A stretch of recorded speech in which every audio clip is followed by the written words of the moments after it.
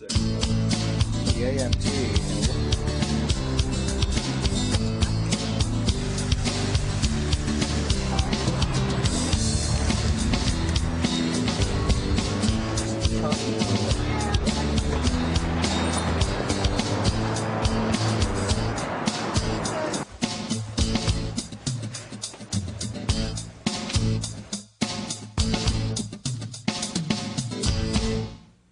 This is Brian Lehrer Live, where web video meets the issues, beginning on this sunny spring day with the World Happiness Index. Good Magazine worked up this data visualization to compare the relative happiness levels that were measured in different countries. The broader the smile on the smiley face, the happier the country. It turns out most of the industrial nations measured bunched up in a narrow range, somewhere between mild smirk and mild grimace. But notice that the smile curves proceed in time from left to right, so Good Magazine suggests that NAFTA made Canada more unhappy after it was passed in the early 90s. India, in the center there, is getting steadily happier. And the United States, lower right, seemed to crash a bit around the Bill Clinton-Monica Lewinsky impeachment melodrama, but actually bounced back pretty well after 9/11. Maybe it was all that false prosperity from subprime mortgages. Note that the timeline ends, however, in 2006.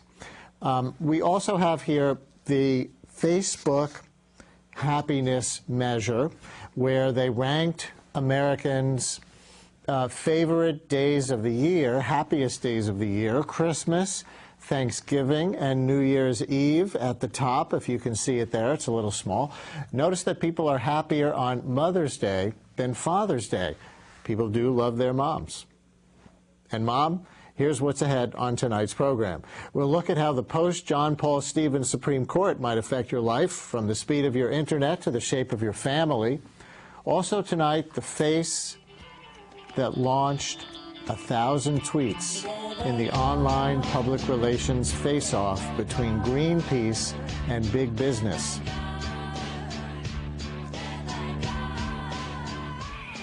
PR wars later on. Now let's take some time for a heartbreaking anniversary and its lessons for today. This coming Monday, April 19th, is the 15th anniversary of the bombing of the Murrah Federal Building in Oklahoma City. The victims never knew what hit them. At first, neither did the country. Here's another person being taken to ambulances. Obviously, a major tragedy here in downtown Oklahoma City. Authorities believe the bomb may have been delivered in this vehicle and weighed more than 1,000 pounds. It's obviously a very high explosive. Ammonium nitrate could be a possible source. Again, until we get the experts in there, we start taking actual samples and do a thorough analysis. There's no way for us to conclude what it is. Its force blew away an entire side of the building. It was obviously the work of terrorists, but which group or individuals? We've had numerous calls from various organizations, from individuals to organizations, to say we've had anyone that we think is the actual entity responsible. We cannot make that conclusion yet. We've had hundreds of calls around the country. That 1995 clip from CBSNews.com. The grim final count in Oklahoma City: 168 killed, including 19 children under the age of 6. A right-wing militia sympathizer, Timothy McVeigh, was put to death for the crime. Others went to jail. But the danger remains. Unfortunately, militias and hate groups are on the rise again, and at a record rate. 363 new anti-government groups just last year, according to our first guest, Mark Potak. He covered the Oklahoma bombing for USA Today and now tracks hate and extremist groups for the Southern Poverty Law Center. Mark joins us via Skype from Montgomery, Alabama. Mark, thank you so much for coming on. Welcome to the program. Hello from New York. And thank you for having me. Hello from Alabama. What was it like, first of all, that day to cover Oklahoma City? Well, it was an incredible thing. I was in Dallas at the time. Of course, I got frantic calls from my editors. Nobody knew quite what was going on. I raced about 100 miles an hour to the airport, got on the last flight out before storms closed off Dallas, and got into Oklahoma City, as I remember, maybe about 11 o'clock, maybe a few minutes later. When I got there, the building was still on fire. I recognized a lot of the FBI agents I had known covering the Waco disaster. I covered that from beginning to end as well. In any case, they were kind of running around. Just as I got to the building, the reporters and a lot of other people were moving up fairly close. There was a second scare. And, you know, the FBI guys came running out, get back, get back. There were cameras crashing over. They'd found something in the rubble they thought was a second bomb. So it was a rather terrifying moment. Nothing happened, but it was really the experience of the next few days. That for me was an incredibly moving experience and really caused me to change my line of work ultimately. And of course, April 19th is also the anniversary of the Waco invasion, and I think that's no coincidence that Oklahoma City was launched on the anniversary of that. Do you think that this year there is cause to be nervous again on April 19th with the rise of militia groups and all the strong feelings in the wake of the health care bill and the bailouts? I suppose there's some reason for concern. I mean, I am not particularly expecting federal buildings to be blown up on April 19th. But really, you know, this 15th anniversary comes amid, as you suggest, a real comeback in a big way of militia groups and similar kinds of groups. You know, what we are going to see on April 19th are a lot of demonstrations, in particular a huge Second Amendment, or what's billed as a huge Second Amendment demonstration in D.C., as well as another kind of subsidiary gun rights demonstration across the river in Virginia, where they're going to be carrying openly weapons. Why that day for a gun rights demonstration? Honestly, it seems a little creepy to me that, valid as the cause may be, that they would choose the anniversary of such an abuse of weaponry. It's quite amazing. You know, from their point of view, they will angrily retort that this has nothing to do with Oklahoma City. This is the anniversary of the first shots fired at Lexington. But, you know, everyone in the movement, everyone on the right in this country understands what April 19th is. This was a touchstone day, and that, of course, is precisely why Timothy McVeigh blew up the building in Oklahoma City. It was, as he mentioned, it was the second anniversary of the conflagration in Waco.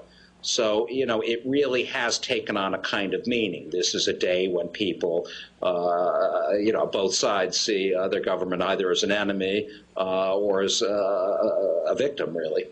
Show us the interactive map from your group of hate and extremist organizations. This is a national map. We're going to put it up, and tell me if you can describe to our viewers what we're seeing here. Well, we publish every year a map. One of the things we've done for many years is count groups, count hate groups, count patriot groups, and so on. It's a bit difficult. This looks like the hate group map, or a version of it. And, you know, what it shows is, I think, quite surprising to many people how very many hate group chapters there are all around the country. As I recall, I don't think there's a single state without hate groups this year.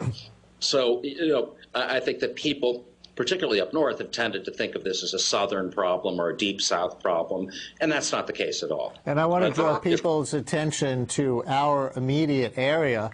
Look on this map at New Jersey, which, if I'm reading it right, has the largest number of hate groups of any state, which is 44, and then another 30-something in New 30-something in New York. Am I reading this right, Mark? Well, it's not the state with the most hate groups, but it's remarkably high for up north. Look, you know, there are a lot of racist skinhead groups that have appeared. That's been the principal thing in the Northeast. New Jersey and Pennsylvania are two states in particular that have seen, you know, quite a high number of these groups. And that's really been true for the last 5 or 6 years. They've been coming back in a fairly strong way. What's motivating them in our area? Well, you know, I think that the same kinds of things that we see motivating hate groups in other areas. There's a lot of angst and anger over changing neighborhoods, changing demographics of particular parts of the cities, and so on. You know, very typically when you look at young people who go into skinhead groups, they go for essentially one of two reasons. One, it has absolutely nothing to do with hating anyone. It's just that they have terrible family lives in one way or another, and they're kind of recreating another family on the street that accepts them, and so on. And the other very common story you hear from kids going into these groups is, you know, I went to a mostly black high school. I was the only white kid around. I was sort of taunted and beat up and so on, and by God, I was mad by the time I got out of school. So it's those kinds of situations oftentimes. And then really the truth is a lot of the skinhead gangs are essentially criminal organizations. What they're really doing is running methamphetamine and doing that kind of street crime. Do I understand correctly that there are also some black separatist groups included in that number? There are. We list groups like the new Black Panther Party, which is completely unrelated to the original Black Panther Party, which in fact was not a racist group. You know, it was a very militant group, very angry at police and so on, but it did not exclude or attack black people or Jews or Puerto Ricans or any of the rest. That's absolutely untrue of the new Black Panther Party, which is a plainly and really rabidly anti-white, anti-Semitic group. How do you see the election of President Obama influencing the rise of the skinhead groups? Well, I don't know about the skinhead groups in particular, but the election of Obama, without question, has helped to push, to drive really the resurgence of a great many groups. You know, what's really going on is that in the minds of a great many people in this country, there's a real feeling about the changing demographics of the country. I mean, the reality is that the Census Bureau has predicted that in the year 2050, whites will lose their majority in this country. They'll fall under 50% of the population. And that is a source of real anger, frustration, fear, and so on in certain quarters. And we've seen that very plainly in the kinds of reactions, including a lot of domestic or attempted domestic terrorism since Obama's nomination, in fact. Does the Internet play a role here?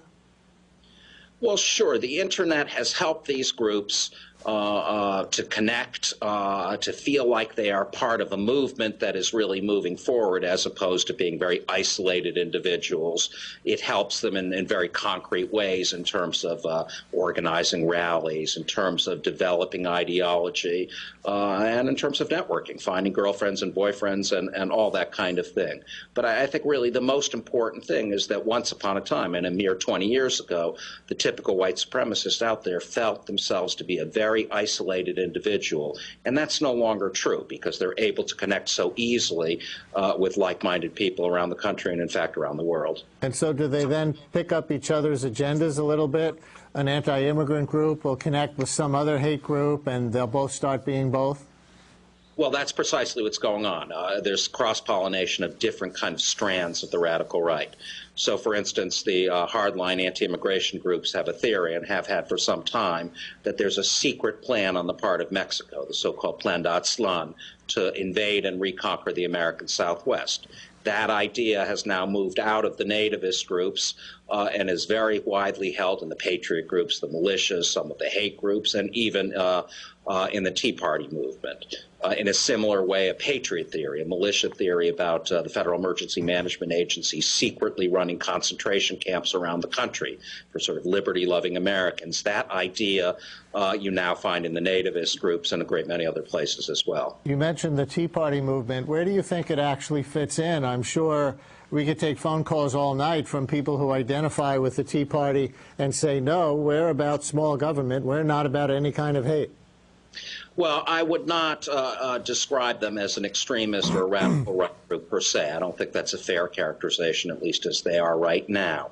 But they're changing very quickly. They're hard to keep abreast of. And one thing I think that there's no doubt of at all is that there are strands, and pretty rich strands, of conspiracy theorizing, of racism, of other kinds of demonizing propaganda and so on that's made its way into the Tea Parties. You know, I want to say I don't think that's all that they are. I think of many, many people in that movement are people who have been frightened by the pronouncements of people like Sarah Palin saying, you know, healthcare reform means that they're going to come and pull the plug on your grandmother. Or the leader of the Republicans in Congress, John Boehner, saying that The healthcare bill is Armageddon. Do you think that has a potential violent outcome? Sure. I think when you put it with all the other things that have been said by, in particular, Republican leaders, it absolutely contributes to this atmosphere. A couple of weeks ago, after all the bricks were thrown through congressmen's windows and a gas pipe was cut to one congressman's brother's home, Boehner came out and said, made a kind of weak statement to the effect of we ought to tamp down the violence and the white-hot rhetoric and so on. And, from my own point of view, that was very much a day late and a dollar short from the Republican leadership. What will you be doing on Monday, April 19th? I will probably be doing exactly what I'm doing right now, which is doing interviews and talking about what happened 15 years ago and what it means today. Well, we've got a spot for you on my radio show if you want to come on Monday morning. Mark Potok, thank you very much for joining us. Well, thank you for having me. I do appreciate it. It's Brian Lehrer Live. Later in the program, 3 distinguished lawyers cross-examine the post-Stevens court, plus Greenpeace in a Facebook face-off with Nestle's. But before all that, here are this week's online video picks. Number 1, where web video meets citizen action. Jason Eppink and the street artist Poster Child star in their own video documenting their own unauthorized infrastructure improvement to Astoria, Queens. Seems that for 20 years, a drain from an Amtrak line overhead was leaking onto the sidewalk, covering it with muck in summer and icy muck in winter. So they built what they called the Astoria Scum River Bridge. We dedicated the bridge to the safety and comfort of the pedestrian. Then we waited, hoping people would use it. And they did.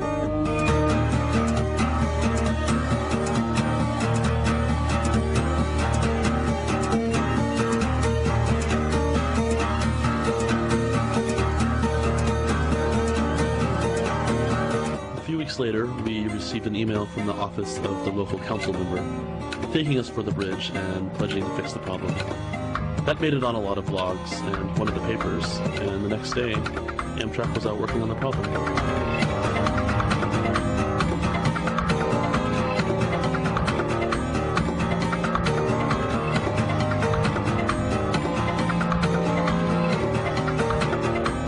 And by the end of the month, the leak had been fixed.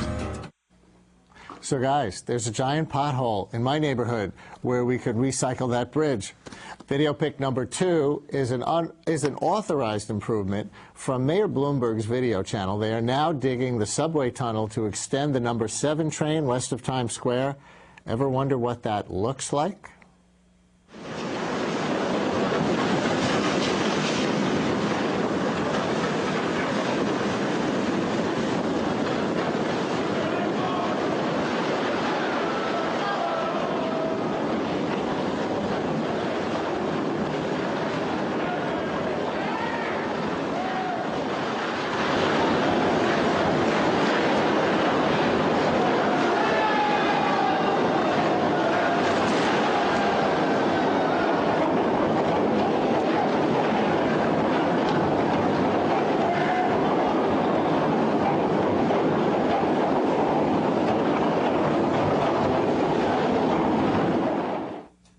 Incredible. And when they're done on the far west side, we're told that cute little drill is going to the 2nd Avenue subway. Then there's this little plea from Brooklyn Borough President Marty Markowitz, inspired by the release of the iPad. Where did his assistant buy one? Manhattan? Why would you go to Manhattan? Brooklyn doesn't have an Apple store. Brooklyn doesn't have an Apple store? 2.6 million people? The 4th largest city in America, if we were a city? My God, even Staten Island has an Apple store. And we have none in Brooklyn? Not one. Forget about it. I think we should send Steve Jobs an email. I'm going to do it. All right. I hear that he answers his emails. Here I go. What do I do first? Dear Mr. Jobs, as you surely know, in the creative world, there's no place hotter than Brooklyn, USA. Just like Apple, Brooklyn is now an international brand, signifying the coolest place on earth to live, work, play, and create. I'm a good typist, aren't I? Come on, Apple, he's right. Open a store in Brooklyn. What are you thinking? Video pick number 4 is something else to do with your brand new iPad. This comes from Jason Boog to help make the next generation computer literate or obsessed. Hey, wait a minute. That's a picture of me and Doggy. Chica.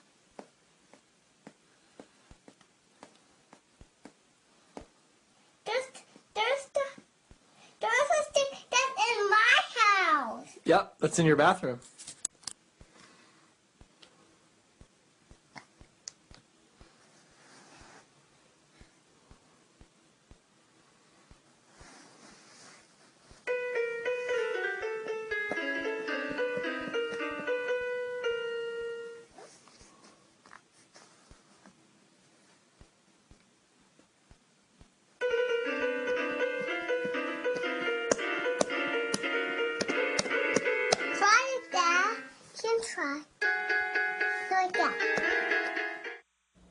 So how long before she's addicted? Oh, and how long before she drops it? And video pick number 5, it's Malcolm McLaren from the Sex Pistols, who died last week at the age of 64, interviewed on VBS.TV, VBS.TV, not that long ago about what it meant to be there for the beginning of punk. I think you have to be extremely young to take the time, because it takes a lot more time now to discover something cool. Luckily, I created a kind of phenomenon that sort of defined cool in a way, like how punk are you? You know, it was always been a measuring stick for defining cool, for defining a DIY culture, which now we see the actual impact. It's endemic in the culture today. You can't walk around and look at anything, an ad, a movie, a piece of clothing, whatever it is, without seeing that and without using punk as almost a measuring stick, of course. So luckily I was part of that world, and that world now is a world that we all live in. Malcolm McLaren, who died last week at the age of 64. And those are this week's online video picks. This is Brian Lehrer Live, where web video meets the issues. You've heard the news. Supreme Court Justice John Paul Stevens will leave the bench at the end of this term. The new court is likely to affect all our lives, with decisions about, to pick just 3, technology, abortion rights, and the death penalty. Joining us are 3 distinguished attorneys with high court experience in all those areas. Civil rights lawyer Catherine Colbert directs the Athena Center for Leadership Studies at Barnard College. George Kendall leads the Public Service Initiative at the firm Squire, Sanders, and Dempsey. And with us via Skype from Washington, D.C., Leslie Harris, president of the Center for Democracy and Technology. Welcome, all of you. Thank you. At Great another turning point for the Supreme Court. And Catherine, you have written that in the journalism profession, we've seen what happens when independence is trumped by ideology.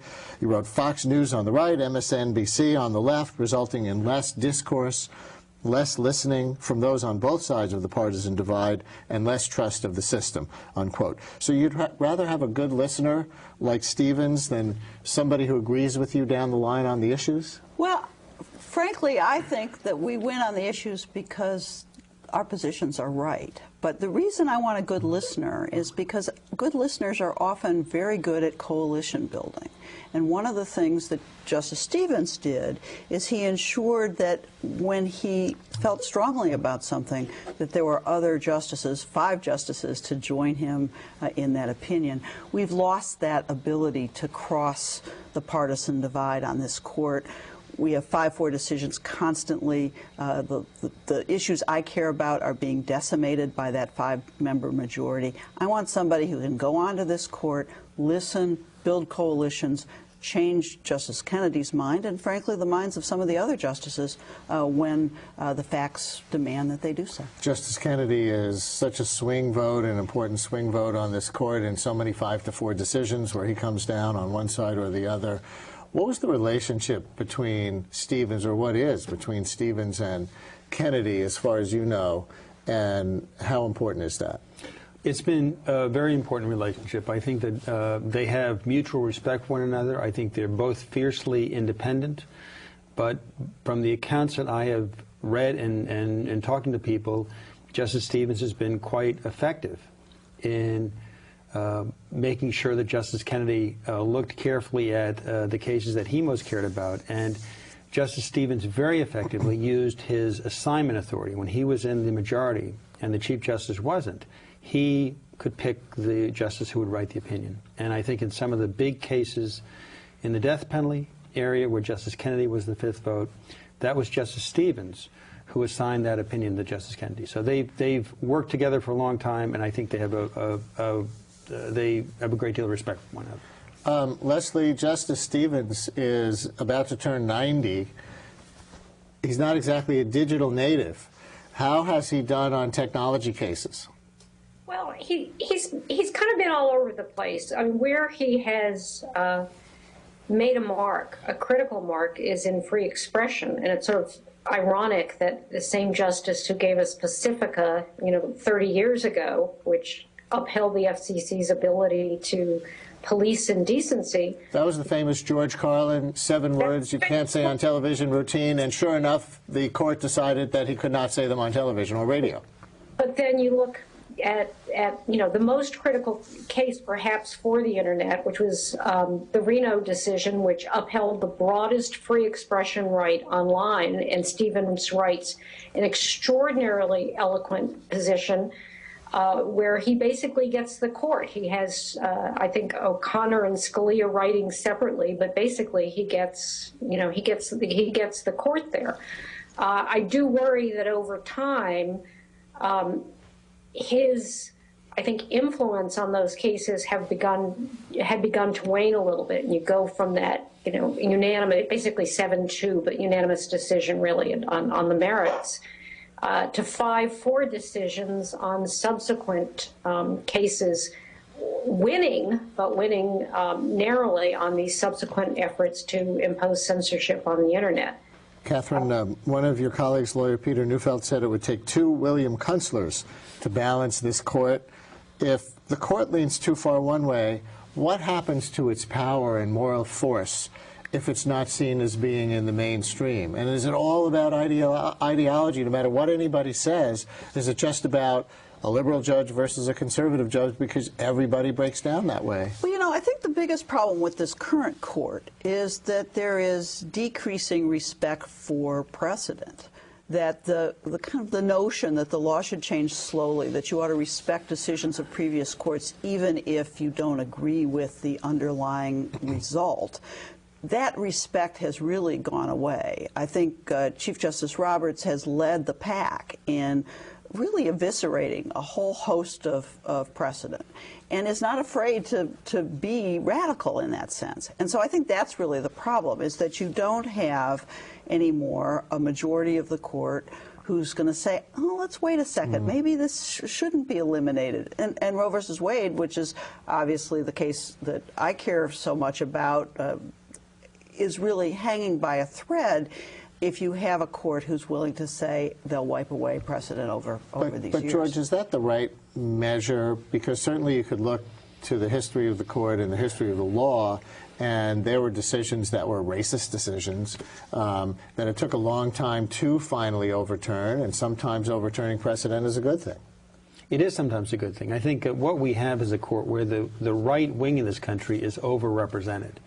And I think there are a lot of people who are hoping that President Obama will use this appointment to rebalance the court in a sense. I think Justice Stevens is absolutely right that every appointment, including his, every replacement has been more conservative than the justice who he or she replaced, with the exception of Justice Ginsburg. And so I think we are at a moment in history now where the president needs to really consider that when he makes his next appointment, because I think that what happens is when the court can pick whatever cases it wants to hear or not hear, and I think increasingly there are cases, the real power of the Supreme Court is in the cases they don't take. And I think we need some people in that court who are going to look to protect the poor in this country more than this court has done in the last 30 years. And Leslie, in the area of digital technology is one of the issues that there just is no precedent, so you need a judge who's willing to, in effect, make the right kind of law through their rulings? Well, there's precedent, but it's difficult to apply. I think the area that is going to be most important to watch in the entire digital space is the question of how the Fourth Amendment applies. It would surprise people to understand that there is not a clear right to privacy over your stored email, that there's no agreements among courts on location information, whether you have to get a warrant. These cases are percolating up, and indeed we have a case in front of the Supreme Court right now, the Quan case, that's about to get argued. And what I worry about is that the court really needs to grapple with and understand these technologies, what they mean in people's rights, what they mean for democracy, and not get into ideological buckets about, this is a criminal defendant, and this is how I rule in those cases, because this affects everything we do. Tell us very briefly about the Quan case. It has to do with technology and privacy, right? It does, and it's a complicated set of facts to get a clean decision about Fourth Amendment rights to communications. This is a police officer in a small town who had a cell phone that was provided by work, but with some kind of agreement with his boss that he could use it for personal use. He did hundreds of text messages. I can't remember his girlfriend or his wife. And those were obtained by the government without a warrant. And I believe he was fired or in some way reprimanded. So you have this whole workplace issue, which obviously comes down differently, may come down differently on the extent of rights. It was challenged on Fourth Amendment grounds. So on the one hand, we're not talking about a criminal defendant where some conservative members of the court have a position that they seem to have trouble letting go of. On the other hand, it's not a clean case for establishing the Fourth Amendment rights generally over these kinds of communications. It's a confusing area. The only case that we really have in recent history about new technologies is the Kylo case, which had to do with thermal imaging. Scalia wrote the opinion on the right side of that case. So it's a little bit harder in this area to be able to talk about ideology. Catherine, you talked about Roe versus Wade hanging by a thread. The court has revisited that. They did. In the not-so-distant past. That's right. In 1992, in the case that I argued, actually, they did reaffirm what they called the essential holdings of Roe. They reduced the protections that we used to have, but not substantially, and in fact that was a very good decision, and Kennedy was in the right place at that time. But you think they might actually come back to it again? Absolutely, because here's the problem. Since then they've had ruled in 2 other abortion cases, in both of those instances involving late abortion, and Justice Kennedy went to the other side. Just this week in Nebraska, I think it was yesterday, the Nebraska legislature passed a law that prohibits abortion after 20 weeks, total ban. On the theory that allegedly the fetus can feel pain at that age, correct? That's right. That's the theory. But it's a law that strikes at the heart of Roe, likely to go up to the court again. And I think the loss of Justice O'Connor has really, we've seen a change in Justice Kennedy as a result of that. So I'm looking for a replacement for Stevens who's going to be a good coalition builder, who has some life experience, and who can help the middle of the court understand what's at stake here. George, one of your concerns is the death penalty. What do you see coming in front of the court with respect to that? I don't see any major change in the way the court's going to deal with the death penalty. It has been willing to exclude outlier groups of offenders, offenders with mental retardation, juveniles, but it has basically allowed the death penalty to operate and not grow. There was a very important case in 2008 where Louisiana had a statute that let the state impose a death penalty on someone who did not kill. Very important case. Had the court gone the other way, that would have expanded the scope of the death penalty. Justice Kennedy, writing for 4 others, struck that down. And what about habeas corpus or civilian trials for terrorists? Eric Holder, the Attorney General, was getting hammered by Republicans in Congress over that again today. Well, I think this is where Justice Stevens leaving the court is very, very important. Congress passed a dreadful habeas corpus bill in 1996 that really cut the heart out of the power of the federal judiciary to enforce the Bill of Rights in state criminal cases. And Justice Stevens has been a stalwart that habeas corpus is very important to a democratic society, which it is. So I think, I hope that whoever replaces him has the same view that he does. And he's been even more important in this issue of Guantanamo Bay and national security. And habeas corpus is essentially the right to challenge the basis of your detention, correct? Before an Article III federal judge who sits for life tenure, who can make hard decisions and not be voted out of office. All right. So much for the big ideas. Who do you like, Catherine? Who do you want? Well, first thing is, I'd like another woman, and let me tell you why. I think it's important that the Supreme Court get past that kind of notion that women are tokens on the court. We now have 2 women out of 9. Most leadership positions around the country kind of get stuck around 18 to 20% women in leadership positions. It's in Congress, in Fortune 500 companies.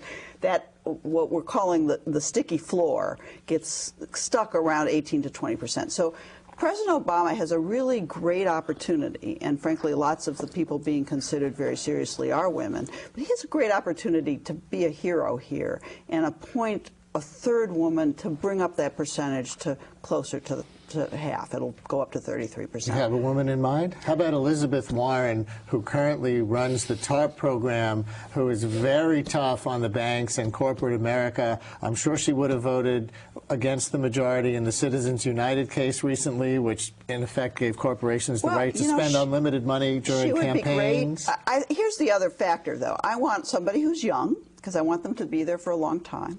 We don't get these opportunities that often. And I want somebody who has some experience outside of the federal judiciary. There are just too many people on that court who practiced law, went on the bench, stayed on the bench, went to the Supreme Court. Let's get some different ideas here, some different experience. George, can you name a name? I agree. I think that, look, there are 4 hard-right justices on this court. It bothers me when I hear the media refer to the liberal wing of the court. There is no liberal wing of the court. There's a moderate wing of the court, there's a very conservative wing, and then there's Justice Kennedy.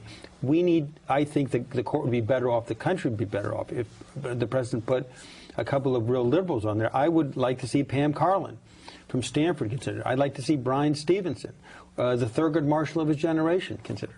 How are Stevens, Latter-day Stevens, and Ginsburg and Breyer, how are they not liberal in your definition?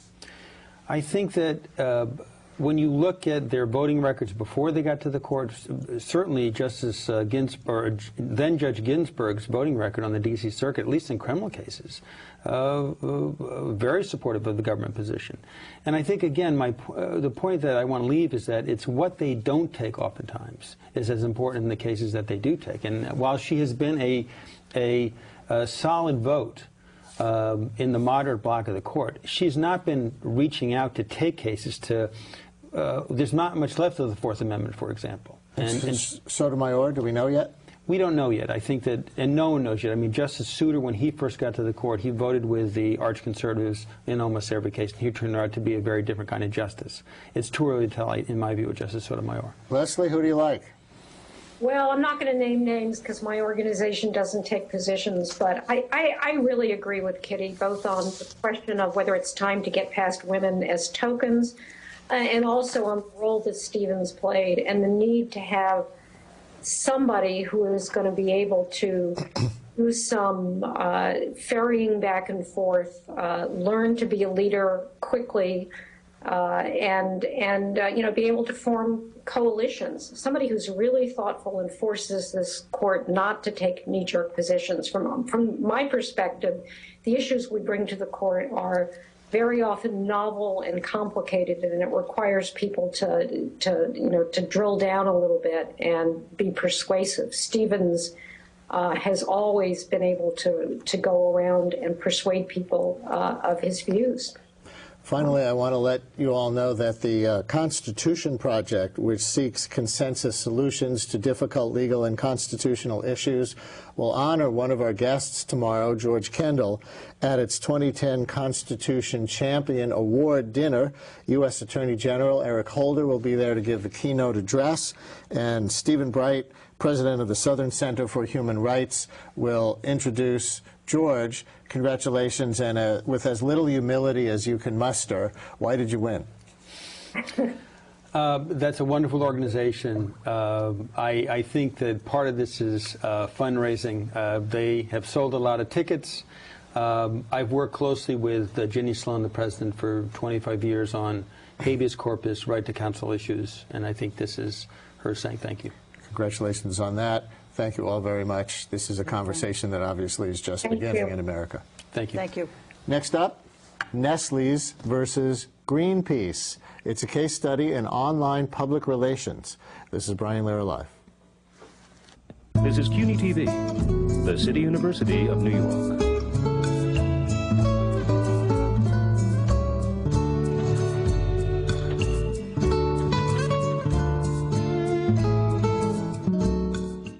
Did you know that there are 8 national parks in New York City? There are also 8 parking spaces in New York City. But that's something else. New York City has Federal Hall, where George Washington became our first president, the Statue of Liberty, and Gateway with beautiful beaches and protected wildlife. New York City has a range of national parks you won't find anywhere else, because you cannot move a national park. It's a park. Even if you wanted to get it out of here, you couldn't. America's spirit lives in our national parks. Ma, guess what? I went back to college. No, I didn't quit my job. I'm finishing my degree with a CUNY Online Bachelor's in Business. I interact online with real City University of New York faculty on a schedule that fits my busy life. Ma, you should look who's teaching at CUNY. And it all leads to a high-quality Bachelor of Science degree in business. I can attend class anywhere, anytime. Yes, Mom, even at your house Friday night for dinner. The CUNY Online Baccalaureate. Get back to business. Be on the team. My name is LaDanian Tomlinson.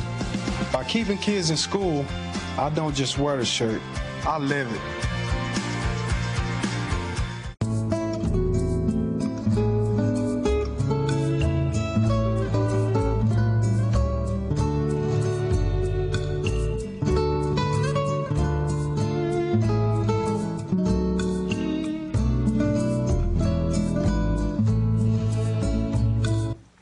This is Brian Lehrer Live, where web video meets the issues. Here's a web video that slams right into an issue. Look away if you don't want to see furry animals hurt, even though it's just animation.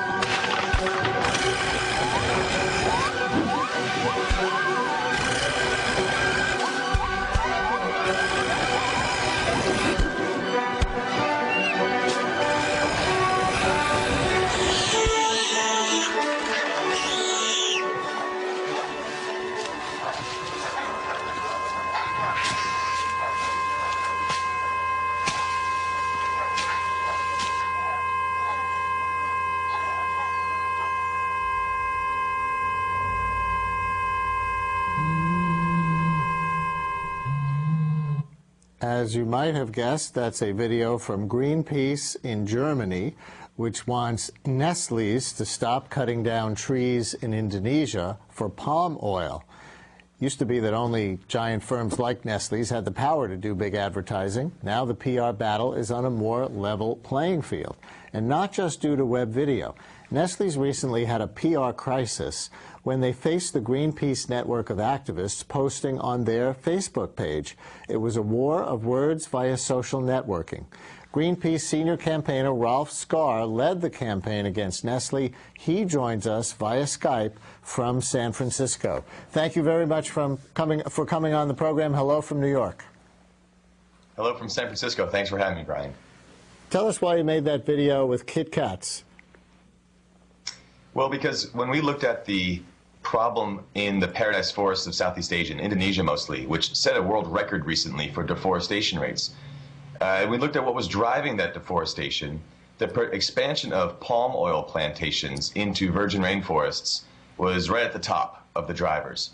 And a lot of the producers in that region don't have much of a brand liability. They don't interact with consumers. But when we did our chain of custody research and we found out who was buying that palm oil ultimately, it was a lot of companies like Unilever, Nestle, Procter & Gamble, and others. And Nestle's have been dragging its feet for a couple years now in this issue, and we thought it was time to give them a nudge.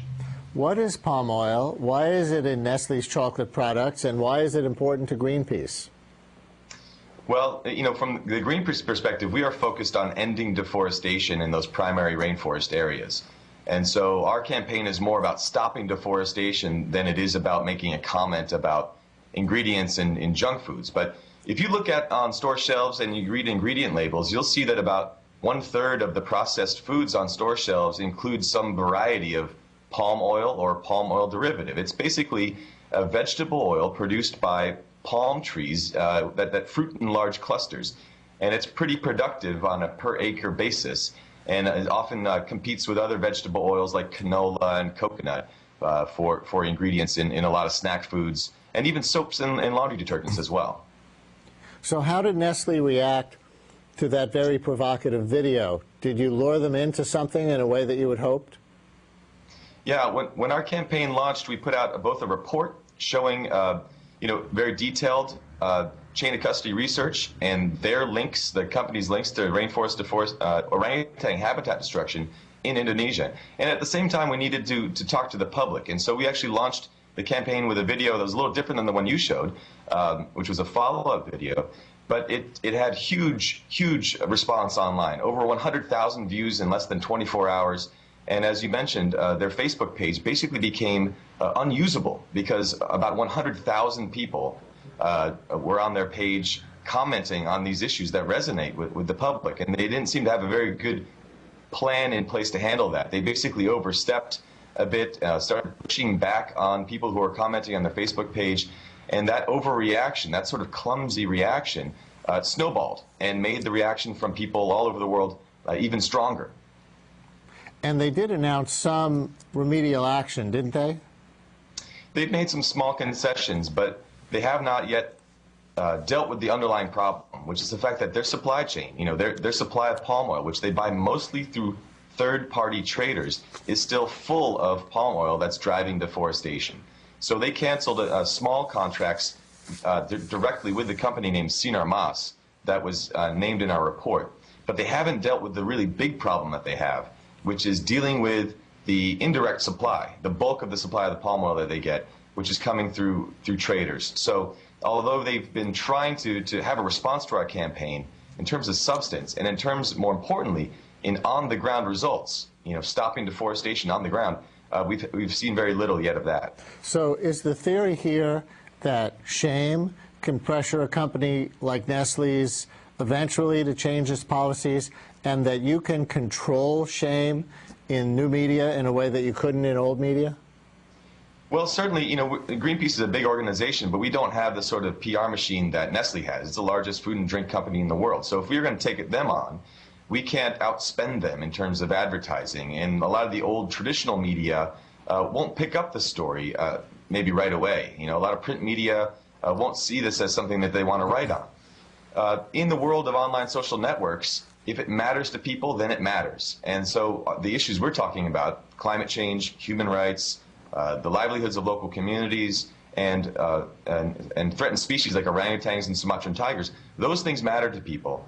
And so, yeah, in some ways, the online social networks level the playing field for NGOs like Greenpeace. Ralph, thank you very much for coming on with us. So what should corporations know about public relations and marketing in this new age of social networking, where nearly everyone can broadcast their opinion? In a minute, we will be joined by a cutting-edge web marketing strategist. But first, take a minute to watch another Greenpeace video that focuses on deforestation. This one not about Nestle's chocolate bars, but Unilever's Dove soap.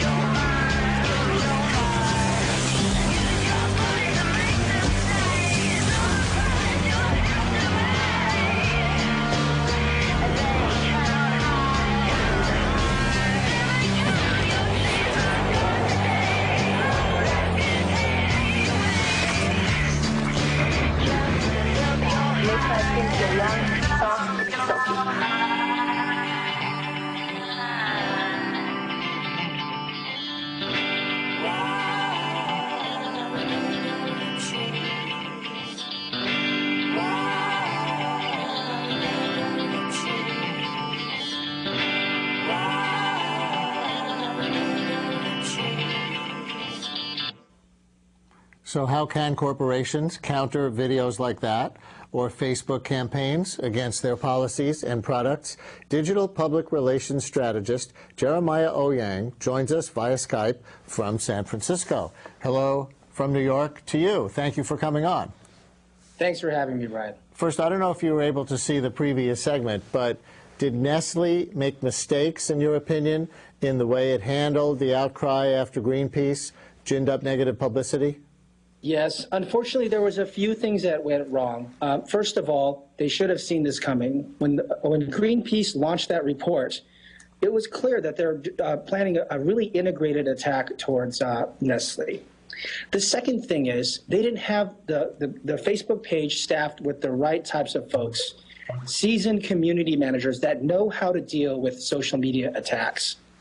And the third thing they didn't have in place is having a community policy where they can say, here's the types of things that we want, and here's the types of things that we don't want in our community. They had no ground to stand on. So they really did suffer from the attack. Would any of that have mattered as long as they continued to chop down the forests for palm oil? Well, I mean, that is the overarching issue, and the point got hammered home, both in person in the protests, online and YouTube, and from the different reports. So that the social media is just a small part of this larger sustainability issue. That is the crux of the issue, of course. Companies do have fans on their Facebook pages, and I think they may have made a mistake at first, assuming people were signing up as Facebook fans because they like their products, and that's true in some cases, but are they often signing up because they want to criticize or influence their products?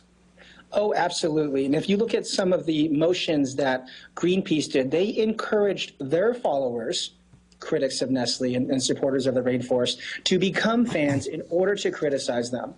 So they absolutely were not true fans. How much does timing matter? I see that that Nestle's statement to Greenpeace is dated April 13th. That's just yesterday. Well, there was a series of communications that happened between the report and then Nestle actually changing some of their policies, but it was too late. Greenpeace already put that into place, and the attacks started coming on Facebook and Twitter and other places and YouTube. We have this saying that real time is not fast enough. Companies cannot respond fast enough because what happens in the social world, it starts to fetter out, and you can't really stop what happens. You have to get to the root of it and anticipate the issues that are coming. How much are companies literally losing control of their brands, their brand identities, in the social media age? Well, this is just one of many particular situations of groundswell. In fact, I keep a list on my blog out there, and you can see all of these punkings that have been happening on for over 5 years. The important thing to know is the power is in the hands of those that are participating in the social web. And if brands are not participating in the right way, they lose control. Now, this is unique, Brian, because this is the first time we've seen a coordinated attack by an entity to another corporation. Now, in the past, Southwest Airlines, Dell, or Motrin Moms examples, these are all maybe individuals that weren't happy that spurred this forward. This is the first time we've seen Greenpeace organized with social media assets triggered to their fans to go and attack the other site. We've never seen this type of warfare before. Your job, I gather, is to help companies with their public relations. But do you think this kind of war, this kind of level the playing field, can actually make corporations better citizens, or is that not just your concern? I'm not so caught up on the issues, but they're really trying to bring light, Greenpeace's, to the issues that are at hand. What they're doing here online is an example of what they do in the real world. So it's not that much different. Now, what is very interesting about this is Greenpeace is more organized and more sophisticated in their social marketing activities than many brands that I actually talk to. It's pretty scary for many of these brands. Could companies be made stronger by the new social media environment or only weaker? This is an opportunity. What's being done now is companies are jumping into the social web saying we need to be on Facebook to talk to our customers, but they don't really have a plan on how that's going to happen. What this movement is doing is forcing transparency around all of the issues. There's no more secrets. They just haven't been blogged yet. They haven't been tweeted yet. So this transparency is forcing an opportunity for the really nasty discussions to surface no matter what. You can't stop it. Thank you so much for joining us. We really appreciate it. Finally tonight, Hugio 55, a high school senior just admitted to the Berklee School of Music for the fall. Congratulations. Drumming his empty school.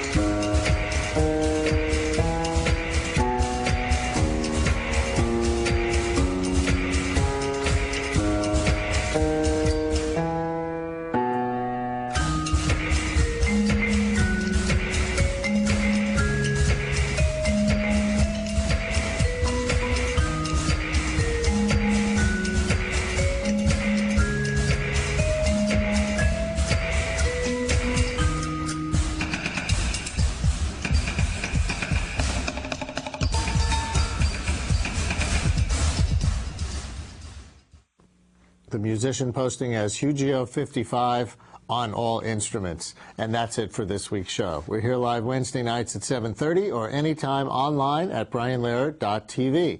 Next week, what happens when artists are paired with techies? And we parachute into Coney Island, metaphorically. Do tune into my daily radio show as well, 10 a.m. on WNYC Radio. Tomorrow morning, how do you feel about tax day? That's 10 a.m. on WNYC 93.9 FM and AM 820. Talk to you then.